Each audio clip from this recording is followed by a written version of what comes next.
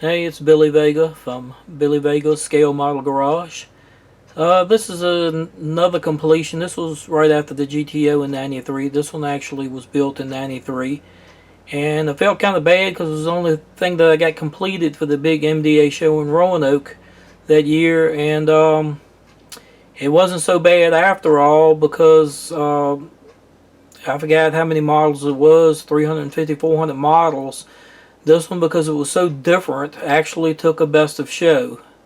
A lot of people mad, and I can understand why. No paint, no complete engine, and I had entered this in the unfinished category, not meaning to ever be completed. I actually done it as a car that was maybe a, I don't know, early mid '60s hot rod, and that was being restored. So, I mean, actually, my buddy had one, a real car at the time that was being restored, and that gave me the idea of seeing it with all the chrome off.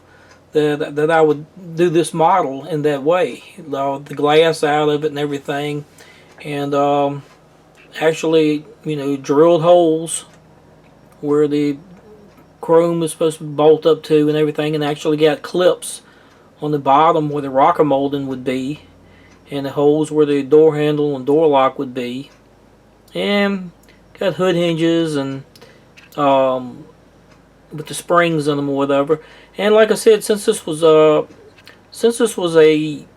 like a '60s build at the time, time era that I was putting it in, one of the popular things to do at that time, was to put the stickers in your quarter glass, your sponsor stickers or whatever when you buy a piece of speed equipment or whatever. So that was one thing that I did. And I was talking with some people that gave me some more ideas, like using the baby moons for the wheels. And another thing that was popular at that time was to paint the rear ends orange on the Chevrolets. So I actually painted the rear end orange and put some little aluminum tubing extension tips on the exhaust. And another thing that I did, let me get the camera off the tripod here, that really finished off the look. Whoa. Well, okay. Actually used a Revell engine with the exposed pistons, and so there you go. The lifter valley and everything exposed, and the pistons done, and the shade where it'd be different from the cast iron deck height. And we got our heater core connections showing, and loose battery cables and a heater wire running over, and brake line coming off of the single reservoir master cylinder, and we got some wires that would be going over to our generator if it was there. Another thing that was popular then was to polish the top of the radiators where the brass would show. And if we could get a little looking at the interior, yep, check that out. 5-gallon bucket seat. Many people's done that, either sit on a bucket or sit on a cinder block or whatever, just so you could drive it around afterwards and not wait on your interior to be done. And a little high school banner back in the back of the rear seat. I went to Rustburg High School.